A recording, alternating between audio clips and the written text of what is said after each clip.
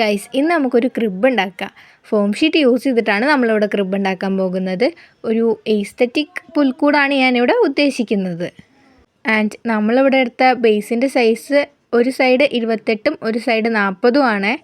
പിന്നെ നമ്മൾ ബാക്കിൽ വെച്ചിട്ടില്ലേ, ആ പീസിൻ്റെ രണ്ട് സൈഡിൽ 19 സെൻറ്റിമീറ്ററും പിന്നെ നമ്മൾ ട്രയാങ്കിൾ പോലെ കട്ട് ചെയ്തിട്ടില്ലേ, അതിൻ്റെ ഒരു സൈഡ് 25 വെച്ചിട്ടുമാണ് എടുത്തിട്ടുള്ളത്. പിന്നെ ഈ ഒരു രണ്ട് സൈഡിലായിട്ട് നമ്മൾ ഒട്ടിച്ചു കൊടുത്തിട്ടില്ലേ, അതിൻ്റെ സൈസ് 18ഉം പിന്നെ അപ്പുറത്തെ സൈഡിൽ 26ഉം ആണ് എടുത്തിട്ടുള്ളത്.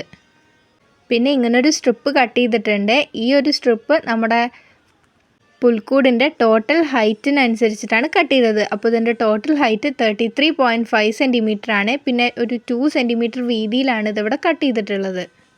അപ്പോൾ അത് സെൻട്രലായിട്ട് ഫ്രണ്ടിൽ തന്നെ നമ്മൾ സ്റ്റിക്ക് ചെയ്ത് കൊടുക്കുന്നുണ്ട്. ഇനി അതിൻ്റെ മുകളിലും കൂടി ഇങ്ങനെ ഒരു പീസ് വെച്ചിട്ട് അതും കൂടെ ഒന്ന് സ്റ്റിക്ക് ചെയ്യുന്നുണ്ട്. ഇത് ഫുള്ള് സ്റ്റിക്ക് ചെയ്യാൻ ഞാൻ ഫ്ലെക്സ് ക്യൂക്കാണ് യൂസ് ചെയ്യുന്നത്. പിന്നെ കുറച്ച് സ്ട്രിപ്സ് ഇങ്ങനെ കട്ട് ചെയ്തിട്ട് രണ്ട് സൈഡിലുമായിട്ട് ഇങ്ങനെ ഒട്ടിച്ചു കൊടുക്കുന്നുണ്ട്. ഫോം ഷീറ്റ് യൂസ് ചെയ്യുമ്പോൾ കുറച്ച് കട്ടിയുള്ള ഫോം ഷീറ്റ് യൂസ് ചെയ്യായിരിക്കും നല്ലത്. ഞാനിവിടെ എടുത്തിട്ടുള്ളത് 2mm ആണ്. അങ്ങനെ നമ്മൾ മേൽക്കൂര ഫുള്ള് ഇങ്ങനെ ചെയ്തെടുത്തിട്ടുണ്ട്. ഇനി ഇതേപോലെ രണ്ട് പീസ് എടുത്തിട്ട് നമ്മൾ ഫ്രണ്ടിൽ രണ്ട് സൈഡിലായിട്ട് ഒന്ന് സ്റ്റിക്ക് ചെയ്ത് കൊടുക്കുന്നുണ്ട്. മേൽക്കൂര ഫുള്ള് ഞാൻ ഇങ്ങനെ ചെയ്യാൻ കാരണം ഇതിൻ്റെ ഇടയിലായിട്ട് എൻ്റെ കയ്യിൽ ബോൾ പോലത്തെ ലൈറ്റ് ഉണ്ട്, അത് സ്റ്റിക്ക് ചെയ്യാൻ വേണ്ടിയിട്ടാണ്. ഇനി കുറച്ച് ഐസ്ക്രീം സ്റ്റിക്ക് എടുത്തിട്ട് നമുക്ക് വെയിലി പോലെ ഇങ്ങനെ സ്റ്റിക്ക് ചെയ്ത് കൊടുക്കാം. അതിനുവേണ്ടി ഞാൻ ഫസ്റ്റ് തന്നെ രണ്ട് സൈഡിലായിട്ട് സ്റ്റിക്ക് ചെയ്ത് കൊടുക്കുന്നുണ്ട്. പിന്നെ ഒരു ഐസ്ക്രീം സ്റ്റിക്ക് രണ്ടെണ്ണാക്കിയിട്ടാണ് നമ്മളിവിടെ ഒട്ടിച്ചു കൊടുക്കുന്നത്. ഇനി ഇതിൻ്റെ സെൻട്രലായിട്ട് ഞാൻ ഒരെണ്ണം ഒട്ടിച്ചു കൊടുക്കുന്നുണ്ട്.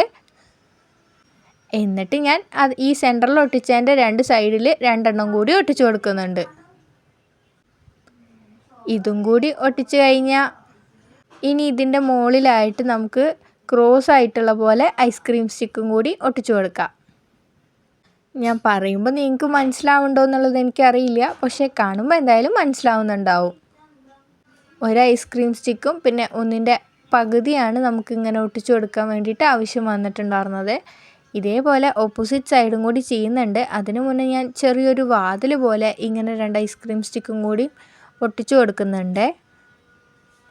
അതും കൂടെ കഴിഞ്ഞപ്പോൾ നമ്മുടെ ക്രിബ് ഇവിടെ റെഡി ആയിട്ടുണ്ട്.